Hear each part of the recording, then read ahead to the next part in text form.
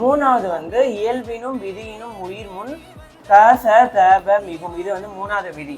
ஓகேவா. நாலாவது வந்து உயிர்வரின் உட்குரல் மெய் விட்டோடும். அஞ்சாவது பார்த்தீங்கன்னா உடல் மேல் உயிர் வந்து ஒன்றுவது இயல்பு. இந்த 5 விதிகள் தான் இருக்கு. ஓகேவா. இந்த 5 விதியில வந்து ஃபர்ஸ்ட் ஒன்று வந்து இன நிறைன்னு இருக்கா. எந்த வேர்டு கொடுத்தாலும் அதை முதல்ல பிரிச்சிடணும். இன நிறை எந்த வேர்டு புணர்ச்சியில கொடுத்துருக்காங்களோ அந்த வேர்டை முதல்ல பிரிச்சு எழுதணும். இப்போ இதுல வந்து என்ன கொடுத்துருக்காங்க, இன நிறை கொடுத்துருக்காங்க. இதை வந்து இந்த பகுபத உறுப்பிலக்கணம் பிரிக்கணும்ல, இது மாதிரி இந்த வேர்டை ஒவ்வொரு இன்ச் பை இன்ச்சா பிரிக்கிறீங்களா, அது மாதிரி பிரிக்கக்கூடாது. பிரித்து எழுதுக சேர்த்து எழுதுக பிரிப்பீங்க பார்த்தீங்களா, அது மாதிரி பிரிக்கணும். இது இப்போ இன நிறை சேர்த்து இருக்கா, அது எப்படி பிரிச்சு எழுதலாம், இனம் கூட்டல் நிறை. அவள் தான் பிரிக்கும் போது என்ன வருது, இனம் கூட்டல் நிறை. பிரிச்சாச்சா. இப்போ இந்த பிரிக்கும் போது இந்த இனம்க்கு இம்மு வந்திருக்குல்ல, அந்த இம்மு வந்ததுனால இப்போ எந்த வேர்டை நீங்க பிரிச்சாலோ அதுல இம்மு வந்ததுன்னா இந்த விதி வந்திருக்குன்னு அர்த்தம். அந்த வேர்ட்ல வந்து என்ன விதி